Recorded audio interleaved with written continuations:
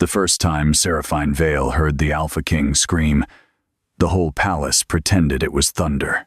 The storm had come down from the northern mountains before midnight, folding itself around the palace towers like a living thing. Snow lashed against the glass roofs. The iron gates groaned. Somewhere beyond the walls, the wolves of the royal guard howled at the sky, not in challenge, but in fear. Inside the glass garden, Seraphine sat between rows of white moonflowers and sleeping soldiers, holding a silver singing bowl in her lap. The men around her were warriors of the Northern Crown, wolves who had survived border wars, ambushes, poisoned arrows, and winter famine. Yet it was not battle that haunted them most. It was the silence after battle. It was waking with their claws out, tasting blood in dreams. It was hearing a friend's last breath in every gust of wind. Seraphine had spent the evening guiding them back into their bodies with low sound, warm herbs, and rhythm. No bright magic, no violent spellwork, no command, just breath, just patience, just the old understanding that a wounded wolf did not need to be conquered before it could be healed. Then the North Tower shook. A crack of blue-white lightning split the night, not from the sky, but from inside the palace. Every moonflower in the garden bent toward the tower.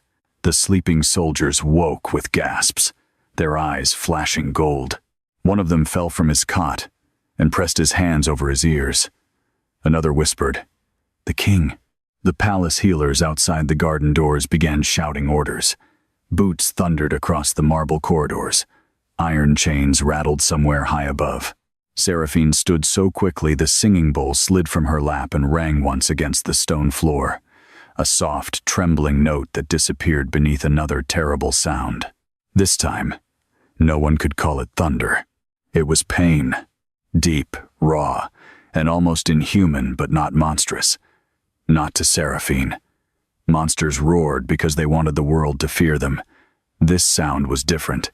It was the sound of a man using every piece of strength he had left to keep something inside him from breaking loose. "Stay here," she told the nearest soldier softly. He looked at her as if she had lost her mind. "Lady Vale, no one goes near the North Tower after moonrise. I know. He kills anything that touches him when the storm takes him." Seraphine reached for her wool shawl, wrapped it around her shoulders, and took the small lantern from the garden table. "Then I will not touch him." The soldier tried to stand, but his injured leg failed him. High Healer Malus ordered the tower sealed. Seraphine looked toward the corridor where the royal healers were already gathering with silver needles, smoke vessels, and bowls of black sedative draught. She had seen those treatments before. They did not heal pain. They forced it deeper. Another scream tore through the palace. This one ended in a broken breath. Seraphine walked out of the glass garden. The closer she came to the North Tower, the colder the air became. The corridor torches burned blue. Frost crept across the walls in branching veins. At the foot of the tower stairs, 6 guards stood with spears crossed before the door. Beyond them, High Healer Malus Thorn stood in his long gray robes, his white hair tied at the nape of his neck, his face calm, in the way only cruelly disciplined men could look calm during another person's agony. "Lady Vale," he said without turning, "return to your patients. He cannot breathe. He is not your patient. He is suffering." "He is the Alpha King," Malus replied. "There is a difference." The tower shook again. Dust fell from the ceiling. Behind the sealed door, something heavy struck stone, followed by the violent snap of chains pulled tight. Seraphine stepped forward. The guards lowered their spears. Malus finally turned his head. His eyes were pale, sharp, and cold with warning. "The king gave an order. No one enters." "I am not asking to enter." "Then, what are you doing?" Seraphine looked past him to the black wood door. The storm behind it pulsed like a second heart. Listening, a flicker of annoyance passed over Malus's face. "Your border methods may soothe common soldiers, but what lives in that room is beyond song. Then my song will fail quietly. You will interfere with royal treatment." "No," Seraphine said, still calm. "I will sit outside a door." Malus stared at her for a long moment. Perhaps he expected defiance to look louder. Perhaps he was irritated that hers did not. At last, He gestured sharply to the guards. Let her make a fool of herself. If she dies from the backlash, it will be by her own choice. Seraphine lowered herself to the cold floor before the tower door. The wood trembled beneath the force of the storm inside. She could smell burned air, iron, snow, and blood. She placed her lantern at her side, pressed one palm against the door, and closed her eyes. Inside, Alpha King Ronan Ashvale was chained to his own throne. She had seen him only from a distance before. A dark figure in council, broad, shouldered and severe, with black hair like a winter raven's wing and eyes that could silence a room before he spoke. The Northern Kingdom obeyed him because he was powerful. It feared him because he never allowed anyone to see where that power ended and pain began. But beyond the door, he was not a legend. He was a man kneeling in ruin, choking on a storm that had mistaken his body for a battlefield. Seraphine inhaled slowly. When she sang, she did not sing loudly. The melody slipped beneath the crackle of lightning, soft as snow falling over graves. It was an old tune from her mother's valley, one Seraphine had never fully understood.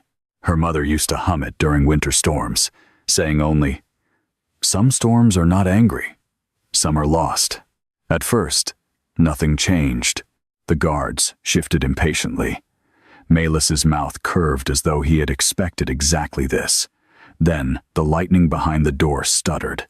Once, twice. The next breath from inside the chamber came ragged, but deeper. Seraphine kept singing. She let the melody carry a pattern inside it. Inhale, hold, release.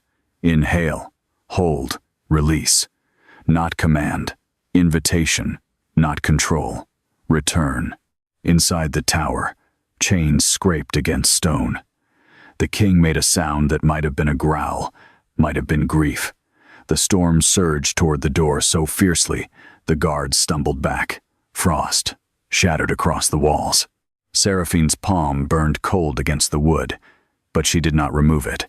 "Leave," a voice rasped from inside. It was low, torn, and dangerous. "I can't control it."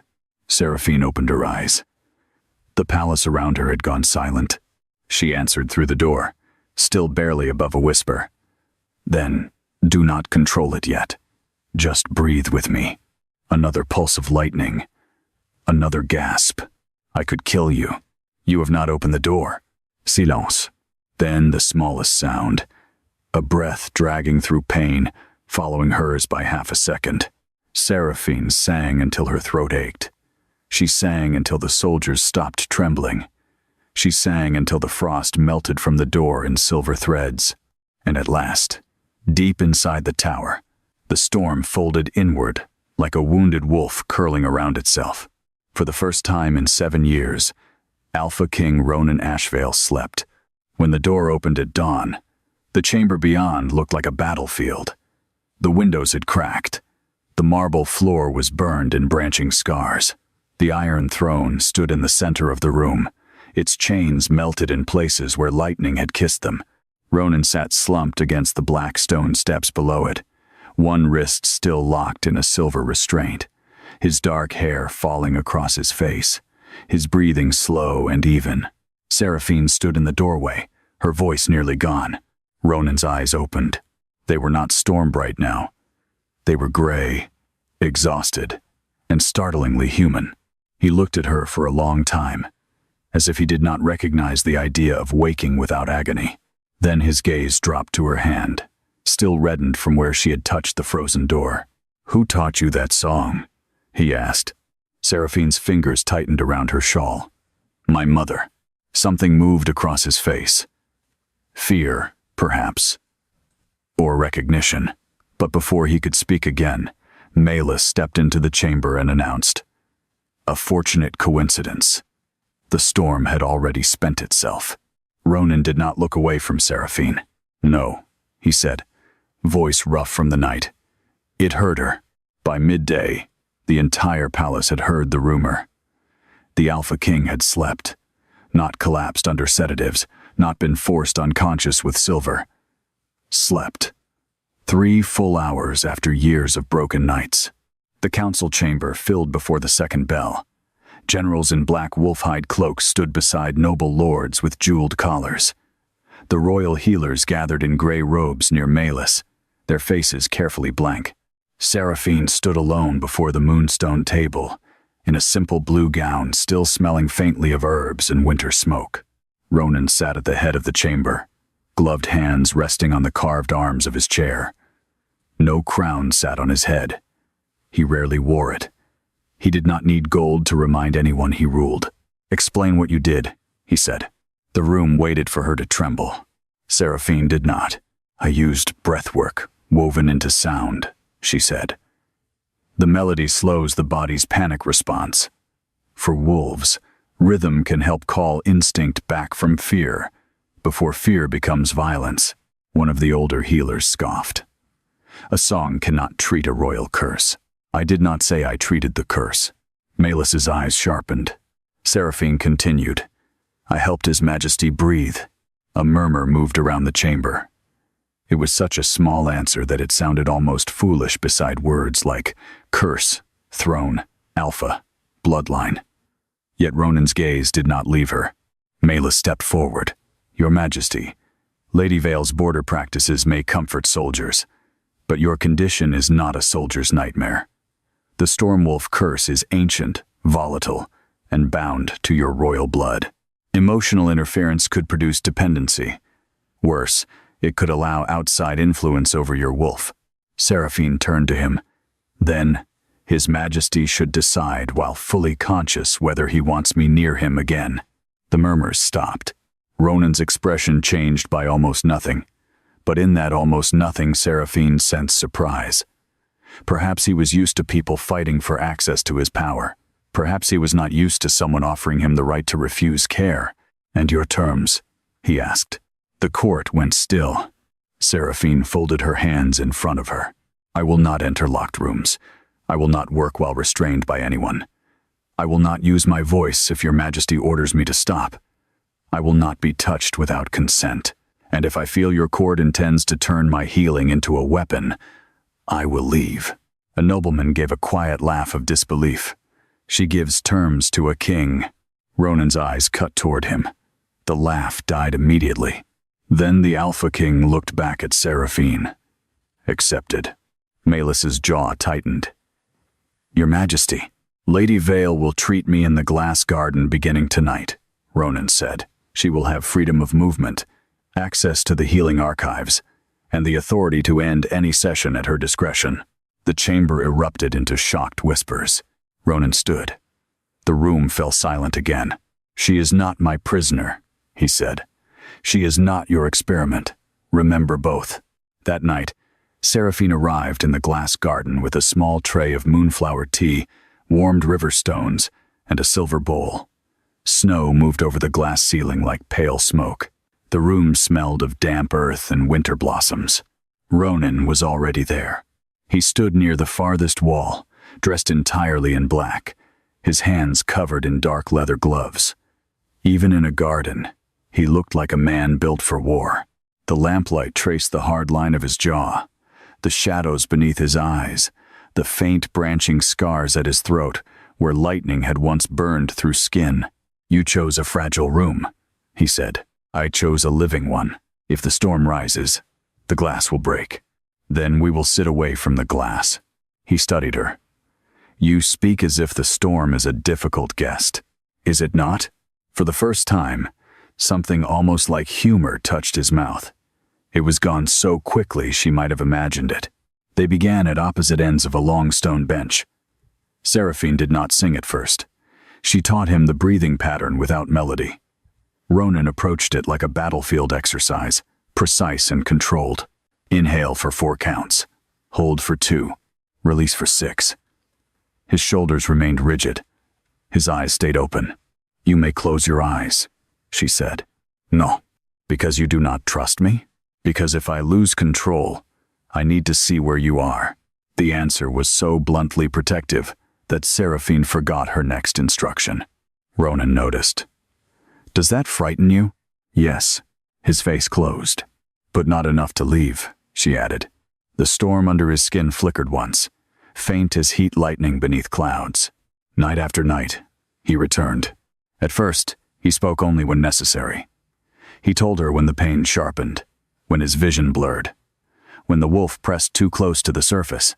Seraphine learned to read what he did not say, the way his fingers curled before lightning rose, the way thunder made his breath shorten, the way he turned his face from the moon when grief was worse than pain. She changed the songs accordingly. For rage, she sang low. For panic, she sang slow. For grief, she did not sing at all at first. She only breathed until he could follow. One night, when thunder rolled across the mountains, Ronan flinched. It was small, almost invisible, but Seraphine saw it. She lowered the silver bowl before striking it, and instead drew a softer note from a stringed instrument resting beside her. The sound was warmer, less like metal, more like a voice under snow. Ronan's gaze lifted. "You changed it," he said. "You dislike thunder. I carry thunder in my blood. That does not mean you must like hearing it." He looked away. The session ended early that night. He left without another word. But the next evening there was a covered basket waiting beside Seraphine's usual seat, honey cakes from the royal kitchen, and a small stone wrapped in cloth, still warm from the hearth. "For your hands," Ronan said when he entered and saw her looking at it. "They shake when you sing too long." Seraphine touched the warm stone. "You noticed?" "I notice many things." There was no softness in his tone, yet the words settled in her chest like a secret flame. The court noticed too. Whispers began in the corridors. Some called her the king's songbird. Some wondered whether she had bewitched him. Others warned that no woman could stand so near a cursed alpha without paying a price. Malus did not repeat the rumors himself. He was too clever for that. He merely asked questions in the hearing of the right people.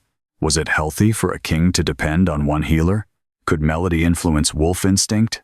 Was consent meaningful if the curse itself responded to her?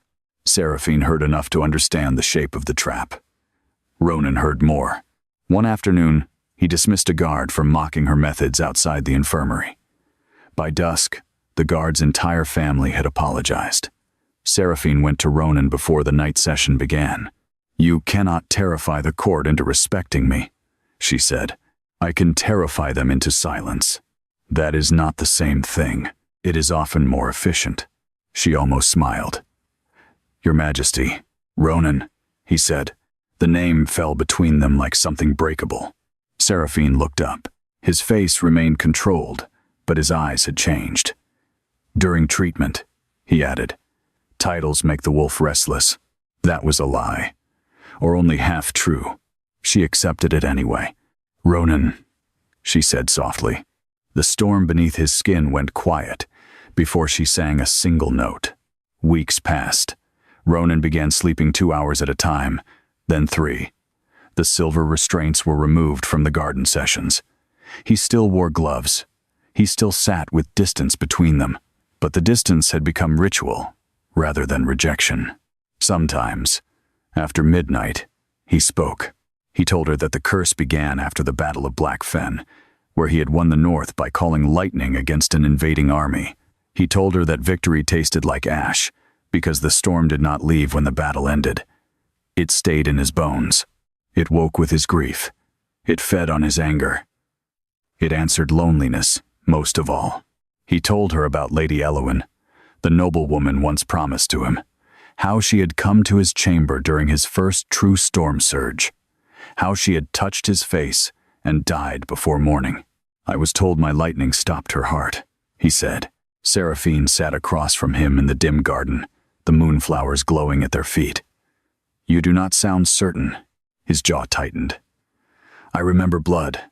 I remember Malus pulling me away. I remember her hand going cold." "What do you remember before that?" His eyes flashed. "Enough." The storm rose sharply. Seraphine did not push. "Then we stopped there. I am not fragile." "No," she said. "But wounds do not become less real because the body carrying them is strong." He stared at her. No one had ever spoken to him like that. Not as a subject to a king, not as prey to a predator, not even as a healer to a patient. She spoke as if his pain had shape, weight, dignity, as if it did not need to justify itself before being tended. That night, Seraphine's voice failed halfway through the second song. The sound cracked. She winced and lowered her hand to her throat.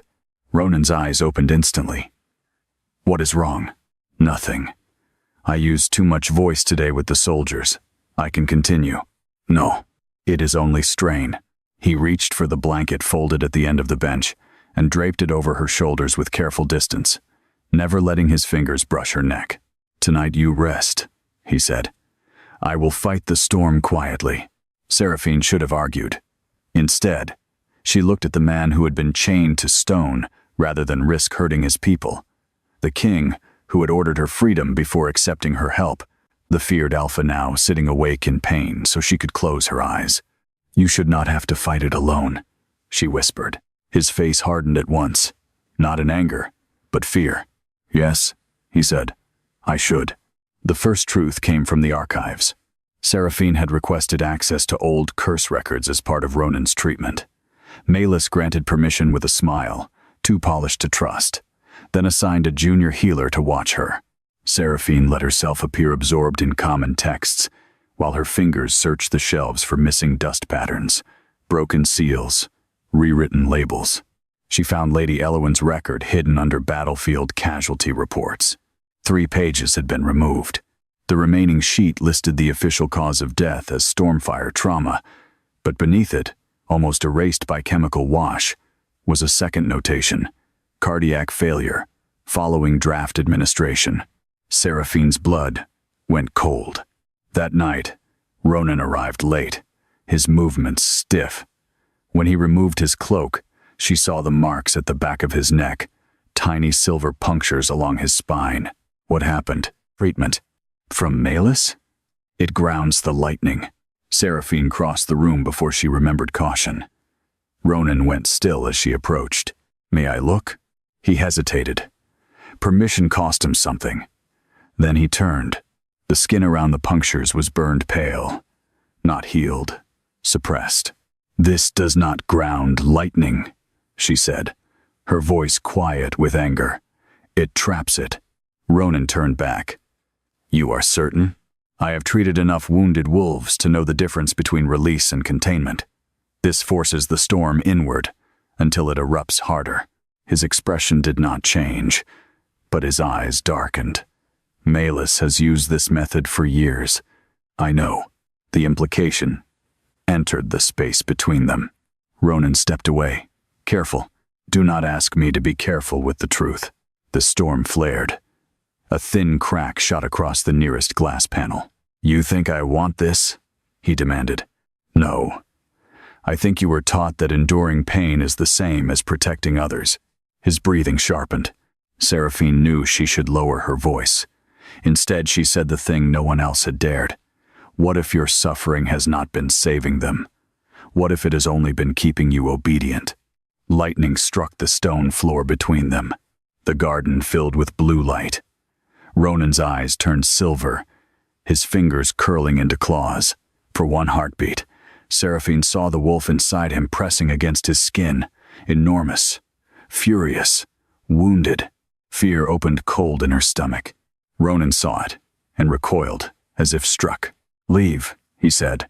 Seraphine's hands trembled, but she did not move toward the door. She inhaled. 4 counts. Held. Tfal. Released. "Seeks." Ronan shook his head. "Do not." She breathed again. The storm struck the walls. Moonflowers tore from their stems. Seraphine kept breathing. Not singing, not commanding, simply refusing to let his fear decide the end of the night. At last, Ronan matched her breath. Once. Then again. His claws retracted. The lightning sank beneath his skin. He turned away, one hand pressed over his eyes. "I frightened you," he said. "Yes." His shoulders bowed under the word. Seraphine stepped closer, stopping just beyond reach. "And then you stopped." He gave a bitter laugh without humor. "Is that meant to comfort me?" "It is meant to remind you there is a difference. Between monster and man, between instinct and choice, between fear and truth." He said nothing, But when Seraphine fell asleep later in the chair from exhaustion, she woke near dawn beneath Ronan's cloak.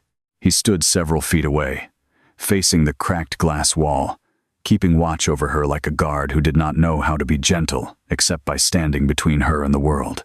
From the shadows beyond the garden doors, Malus Thorn watched them both. He saw the cloak.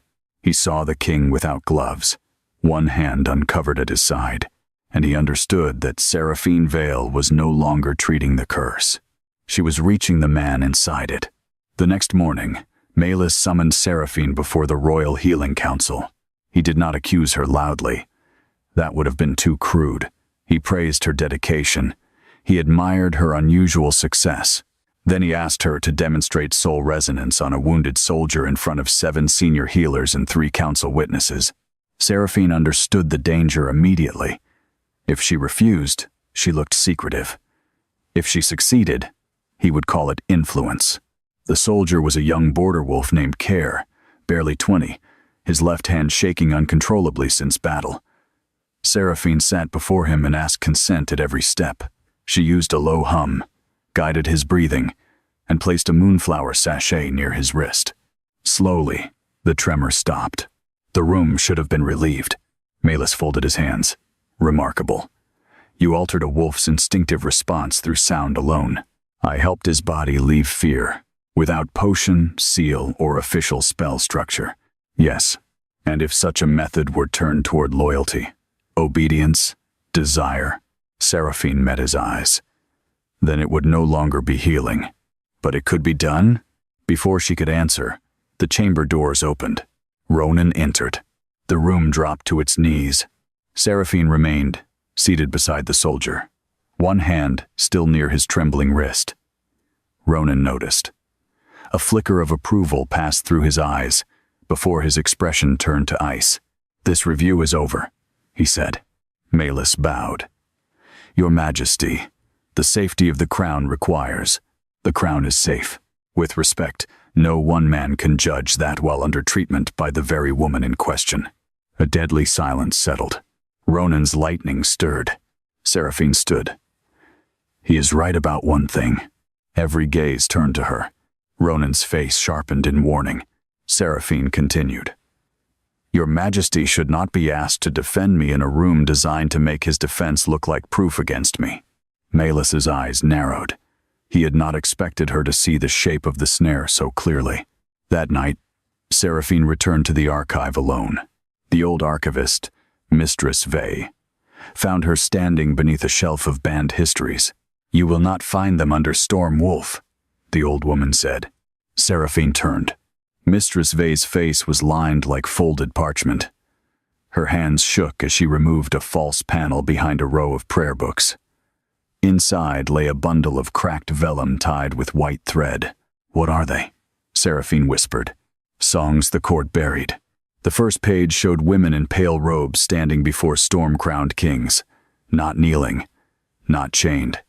One hand over their hearts, one hand extended. The title had been half burned away. The Brides of Breath and Storm. Seraphine touched the page. Her pulse answered it. My mother sang one of these. Mistress Vale closed her eyes as if the words hurt. Then your mother was wiser than she was safe. Beneath the lyrics was an inscription. When the storm forgets it was born to protect, the Bride of Breath shall teach it to return. Seraphine's throat tightened. Bride did not mean wife. Not originally. It meant bondkeeper, witness. The one who stood close enough to speak, when everyone else feared the king too much to tell the truth.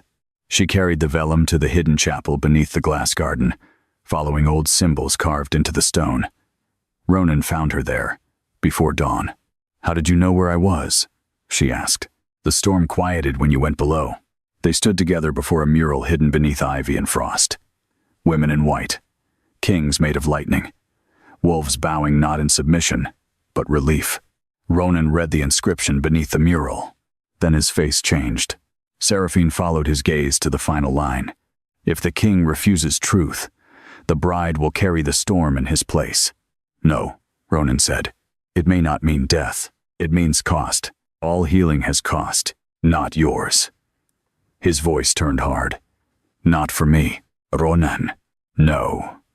He stepped back from her, and the distance felt colder than the chapel stones. If saving me means losing you, then from this night forward, you will never sing for me again. The command landed between them like a blade. Seraphine felt the wound of it before she understood it. He was trying to protect her. She knew that. She could see the fear behind his eyes, the terror that need had become attachment, and attachment had become danger. But protection without trust was only another kind of cage. You do not get to make my courage illegal because you are afraid, she said. His jaw tightened. I am your king, and I am not your chain. For a moment, something in him cracked. Then he turned away. By sunset, Seraphine was removed from his treatment schedule. By midnight, the North Tower screamed again. 3 nights passed. Ronan returned to Melis's care and became exactly what the court wanted: controlled, silent, and visibly dying. His face grew hollow, his temper sharpened. He wore gloves even in council. The silver restraints returned beneath his sleeves. Seraphine continued treating soldiers, but every thunderclap from the tower cut through her like a call she had been ordered not to answer. On the 4th day, guards arrived at her chamber. They found forbidden song pages in her writing desk. Seraphine looked at the pages, then at Melis, standing behind them. He did not bother to smile this time. The inquiry took place in the Great Hall. Nobles gathered eagerly, pretending concern while feeding on scandal. Melis presented the pages as evidence that Seraphine had hidden Storm Bride materials and used banned resonance to bind the king's wolf. She was granted access.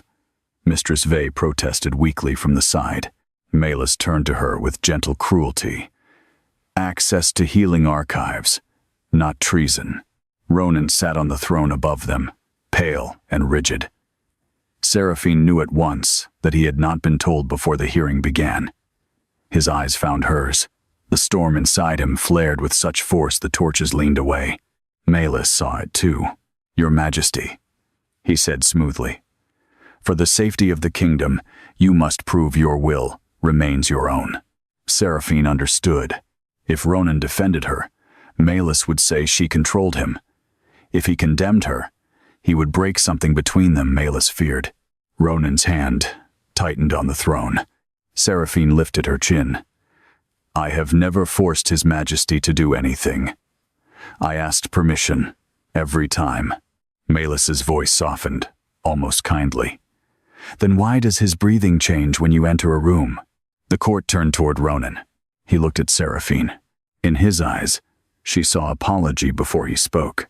Lady Vale is dismissed from royal service, he said, each word carved from pain. She will be escorted beyond the inner gates before nightfall. The hall went silent. Seraphine did not move. For one heartbeat, Ronan looked less like a king than a man bleeding where no wound showed. Then she bowed, not low, not submissively, only enough to acknowledge the throne, not the decision. As your Majesty commands. She walked out without looking back. Only when the snow swallowed the palace behind her did she let herself stop. The northern wind tore at her cloak. The road to the border infirmary stretched pale beneath the moon. Behind her, the tower erupted. Lightning climbed into the sky, in a pillar so bright it turned night into bone-white day. Across the kingdom, wolves fell to their knees and howled. Seraphine closed her eyes. You foolish man, she whispered. Then she kept walking. The border infirmary had been her childhood home, though it had never belonged to her family. It sat between pine woods and frozen marsh, a place where wounded soldiers, lost children, and half-shifted wolves came when the palace did not know what to do with them. Seraphine's mother had died there, when Seraphine was 16, leaving behind dried herbs, half-finished songs, and a locked cedar chest Seraphine had never been able to open. The key was hidden inside the hem of the shawl her mother had given her. Seraphine found it on the 2nd night after leaving the palace. Inside the chest were journals written in her mother's hand. Not recipes, not patient notes, confessions. Her mother, Leora Vale, had once served in the royal palace as a resonance healer. She had discovered that the Royal Healing Order had rewritten the Stormbride rituals into methods of pain control. She had tried to warn Lady Elowen. Seraphine turned the page with shaking hands. Elowen did not die by Ronan's storm. She died by draft. Malus had given her storm root to strengthen her heart before she entered Ronan's chamber. But storm root did not strengthen the heart. It drew lightning toward it. Elowen had not been killed because Ronan loved her. She had been murdered because she had learned enough to free him. The journal blurred in Seraphine's vision. For years, Ronan had worn guilt-like chains forged from his own hands, and the man who gave him those chains had stood beside him calling it treatment. At dawn, a border horn sounded. Seraphine ran outside. Smoke rose from the village below. Wolves in unfamiliar armor moved through the snow, attacking supply stores but avoiding full battle. It was not an invasion. It was theater. A staged crisis to prove the king unstable without his court-controlled healers. Seraphine grabbed her healing satchel and ran toward the wounded. By the time Ronan arrived, the village square was chaos. He rode at the head of the royal guard, black cloak snapping behind him, eyes already silver from lack of sleep. When an enemy wolf lunged toward a child, Ronan dismounted and struck the ground with one hand. Lightning split the snow, throwing the attacker back. The villagers cheered. Then the storm did not stop. It climbed up Ronan's arm, across his throat, into his eyes. The child began to cry. Ronan heard the cry and staggered backward, horror breaking through his battle fury. His wolf pressed close to the surface. Snow lifted around him. The guards shouted for chains. Seraphine stepped into the square. She was too far away for touch, too far for quiet breath. So she sang. The sound moved over the battlefield, thin at first, then steady. Wolves turned. Soldiers froze. Ronan's head snapped toward her. For one terrible second, Seraphine thought he might order her away again. Instead, he took one shaking breath, then another. The lightning sank. After the attackers fled, Ronan found her in the infirmary binding a soldier's wound. He stood in the doorway, filling it with shadow and cold. "You should not have come near me," he said. Seraphine did not look up. "You were standing near a child." His voice roughened. "I dismissed you." "Yes, I did it to keep you alive." She tied the bandage tighter than necessary. The soldier winced. She apologized and softened her hands. Then she faced Ronan. "You do not get to break trust and call it protection." Pain moved across his face, but he accepted the blow. "I know," he said. The honesty nearly undid her. She reached into her satchel and pulled out her mother's journal, along with Lady Elowen's copied record. "Read it." Ronan did. Seraphine watched the color leave his face. When he reached the final page, his hand began to shake. Not with lightning, with rage, with grief. "Elowen knew," he whispered. "She tried to help you. I killed her." "No." The word cracked between them. Ronan looked up. Seraphine stepped closer, though fear still trembled in her ribs. "No, your fear did not kill her. Your love did not kill her. Someone used both against you." His breathing broke. For years, Seraphine realized, Ronan had feared the monster inside him. But what would happen when he finally saw the monster beside him? He closed the journal carefully. Malus was in the room the night my curse began. They returned to the palace through the old chapel tunnels beneath the glass garden. Ronan did not bring her through the front gates. He said it was safer. Seraphine said nothing until they reached the hidden chapel, where the Stormbride mural waited beneath its veil of frost. There, she stopped. "Do you understand why I hate this?" she asked. Ronan turned. "The tunnels? Being hidden." His expression tightened.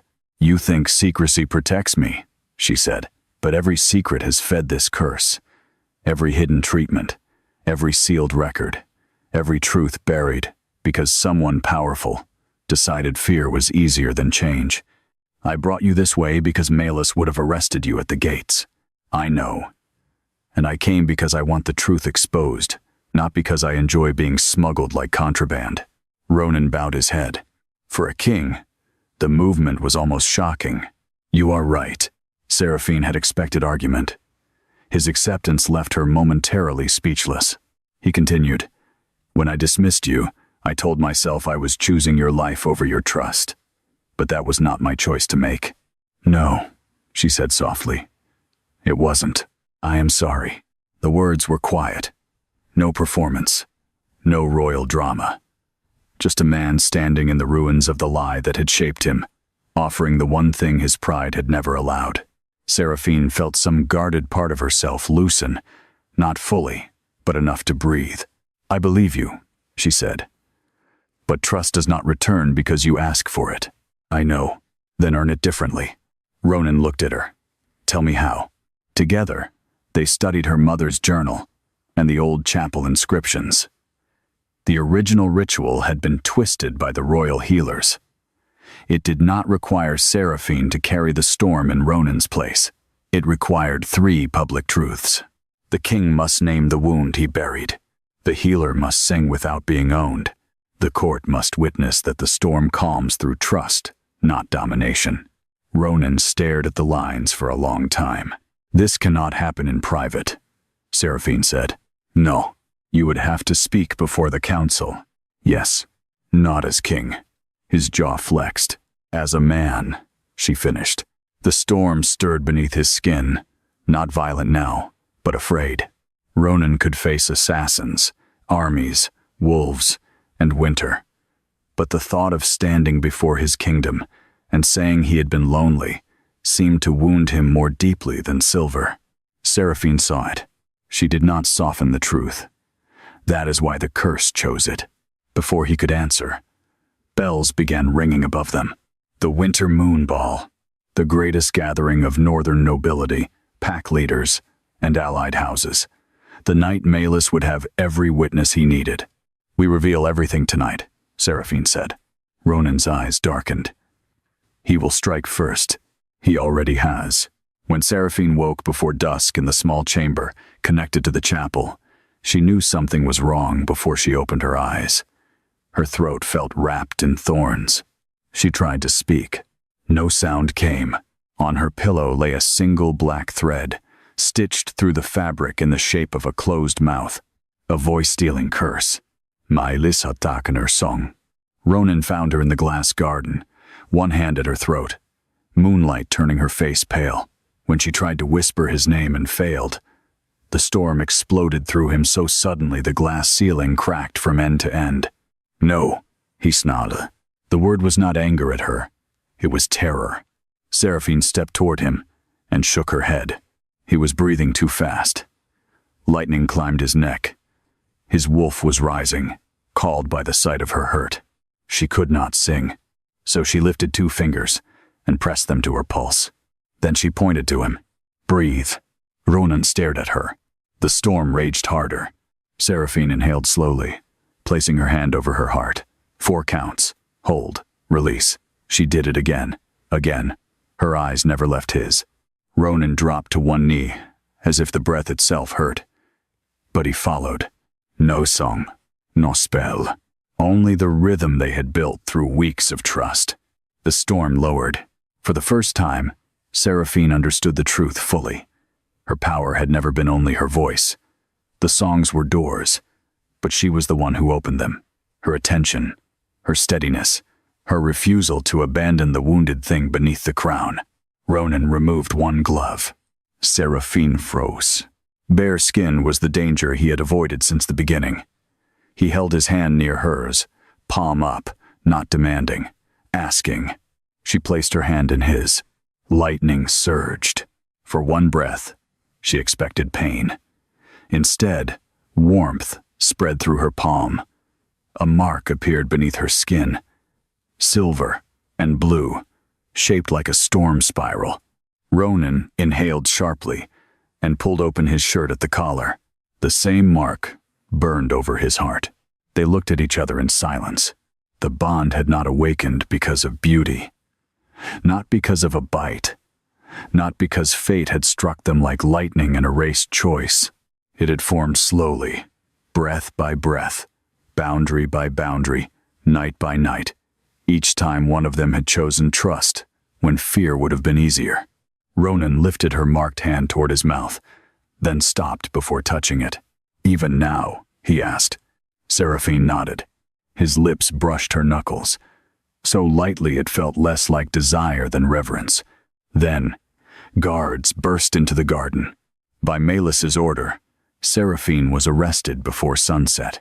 They dragged her not to a cell, but to the royal ballroom. The winter moon ball glittered beneath chandeliers of ice crystal and silver flame. Nobles in white and black filled the hall. Pack leaders from distant territories stood beside ambassadors and royal commanders. Above them, the glass dome revealed a full moon blurred by storm clouds. Melis stood at the center of the ballroom like a priest before sacrifice. "Behold," he announced, as Seraphine was brought forward, voiceless and bound. The forbidden bloodline returned. The Storm Bride, the singer of kings, the woman who would place the northern crown beneath her song. Whispers rippled through the court. Ronan stood near the throne dais, pale and still. Seraphine saw at once what Melis had done. The ceremonial wine in Ronan's hand had been darkened with stormroot. The curse was already rising, fed by poison and public fear. Melis turned to the court. "For generations, we have protected this kingdom from magic that disguises obedience as healing. Ask yourselves why the king breathes when she enters. Ask why his wolf answers her before his council. Ask what becomes of a realm when its alpha kneels to a healer's voice." Seraphine tried to speak.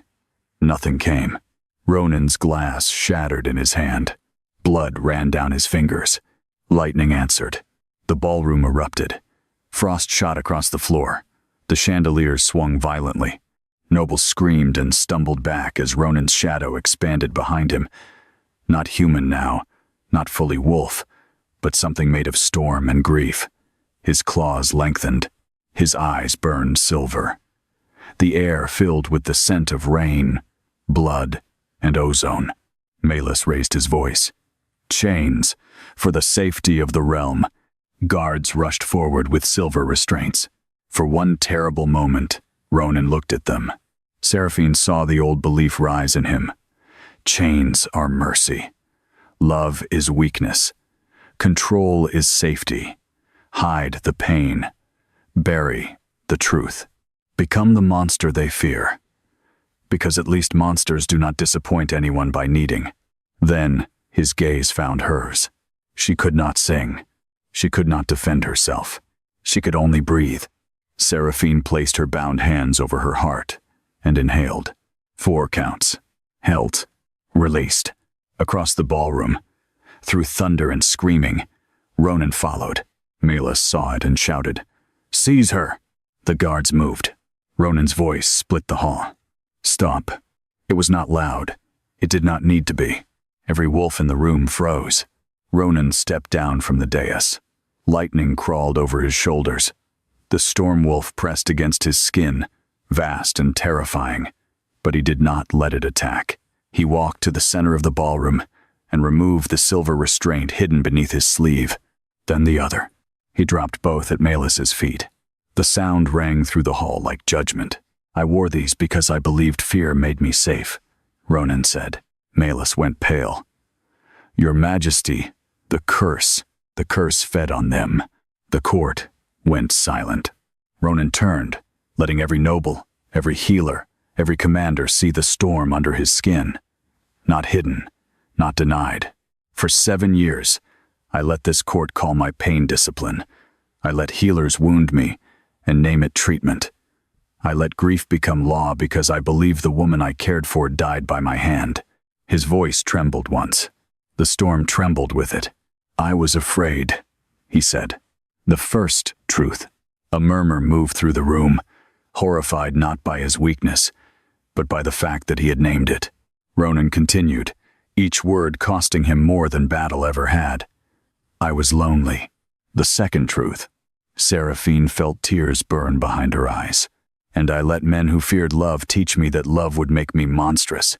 The storm surged. The glass dome cracked above them. Melis lunged toward a fallen restraint, shouting for the guards to obey him. "He is compromised. She has bound him." Ronan turned to him, and for the first time that night, The king's rage became perfectly calm. "No," he said. "You did." Mistress Vale stepped from the crowd, shaking but determined, holding Lady Elowen's records and Leora Vale's journal. Behind her came 2 border soldiers Seraphine had healed, then a young royal healer carrying Melis's Stormroot ledger. The truth passed through the court like fire. Elowen poisoned. Treatments falsified. Stormbride songs erased. Pain used as control. Melis's face twisted. Without control, kings become beasts. Ronan looked at Seraphine. Then he did what no Alpha King of the North had done before his court in living memory. He knelt, not to surrender the crown, to trust. The ballroom went utterly silent. Seraphine, bound and voiceless, walked to him. The guards did not stop her now. No one did. She placed her marked palm against his chest, where the matching storm mark burned beneath his skin. The lightning surged into her hand. Pain flashed up her arm, bright enough to steal her breath. Ronan tried to pull back, but Seraphine shook her head fiercely. She would not carry the storm for him. That had been the lie. She would stand with him while he faced it. She pressed her other hand over her own heart. "Breathe." Ronan's forehead bowed until it nearly touched her shoulder. Together, they inhaled. The storm rose. Together, they released. The storm broke, not outward in destruction, but upward in light. Blue-white lightning transformed into silver rain that fell inside the ballroom without wetting the floor. The glass dome healed itself with threads of moonlight. Every wolf in the room lowered its head. Not to Seraphine as queen, not to Ronan as tyrant, but to the truth that had finally been spoken. A sound filled the hall. At first, Seraphine thought her voice had returned, but her throat remained silent. The song was coming from the walls, from the old stones, from the hidden bloodlines of healers who had swallowed their songs for generations, from the wolves whose grief had been called weakness, from the storm itself, remembering it had once been rain. Ronan's wolf emerged for one heartbeat, immense and silver-black, crowned in lightning. It looked at Seraphine with Ronan's eyes. Then it bowed its head to her. When the light faded, Ronan was human again. Seraphine's knees buckled. He caught her before she touched the marble. "Seraphine," he said, and the way he spoke her name held every confession he had not yet dared to make. Melis tried to flee through the side doors, but the royal guard blocked him, not because Ronan ordered them, because they had heard enough. As Melis was dragged away, he looked back once, hatred burning in his pale eyes. "You will regret teaching a king to need." Ronan held Seraphine closer. "No," he said, "you regret that she taught me need was not weakness." Months later, the North Tower no longer held chains. Ronan ordered the Iron Throne removed from the storm chamber and melted down. From its black metal, the palace smiths made bells. Not war bells, healing bells. They were hung throughout the rebuilt glass garden, and when the spring wind moved through them, the sound was low, warm, and impossible to mistake for thunder. The garden changed first, then the palace, then the kingdom. The royal healing order was dissolved and rebuilt under new law. Silver restraint treatments were forbidden except by the patient's consent and never again used as punishment disguised as medicine. The old Stormbride records were restored to the archives. The word bride was corrected in every official text. Not possession, not obedience, but witness. One who stands close enough to tell the truth. Seraphine Vale was named first resonant healer of the North before the full court. She wore no crown. She asked for none. She stood in a simple white gown beneath the glass ceiling, her voice still healing from the curse Melis had placed on it. Some days she could sing only 3 notes before pain returned. Some days she could not sing at all. But when Ronan presented her title, he did not praise her song first. He praised her courage, her patience, her refusal to confuse control with healing, her ability to see pain where others saw danger. The court listened, some in shame, some in awe, some with tears. For the first time in generations, a quiet kind of strength was given a public name. Ronan changed more slowly. He did not become gentle overnight. He was still a king of winter, still severe in counsel, still capable of silencing a room with one look. But he no longer wore gloves to hide his hands. He no longer left counsel when emotion threatened to enter his voice. When thunder rolled across the mountains, he did not flinch alone in a locked tower. Sometimes he paused, breathed, and let the court wait, while their king remembered he was allowed to be human. And every evening, whether Seraphine sang or not, he came to the glass garden. At first, she told herself it was habit, then recovery, then gratitude. The old wound in her heart was quieter than Ronan's curse had been, but it was there. The fear that she was loved only when useful, needed only when soothing, kept close only because she could make pain easier to bear. One spring morning, she found him standing beneath the glass ceiling as rain moved softly overhead. No storm, no lightning, no chains, just rain. "You slept?" she asked. "All night." The answer should have made her happy. It did, and still something in her chest ached. Ronan turned. He saw it immediately. He had become better at noticing pain others tried to hide. "You think I do not need you now," he said. Seraphine looked away. "The storm is gone." "Yes." "Your breathing is steady." "Yes." "My voice is still unreliable." His face softened, not with pity, but with understanding. "Seraphine." She closed her eyes briefly. "For so long, everyone came to me when they were breaking. Soldiers, children, wolves, you. I knew what I was when someone needed calming. I am less certain what remains when they are healed." Ronan crossed the garden slowly. He stopped before her, leaving space between them until she chose to look up. Then he offered his bare hand. No demand. Always, now, the question. Seraphine placed her hand in his. The storm mark in her palm warmed, gentle as sunlight after rain. "I did not fall in love with your voice because it saved me," Ronan said. "I loved your voice because it was the first place I felt safe.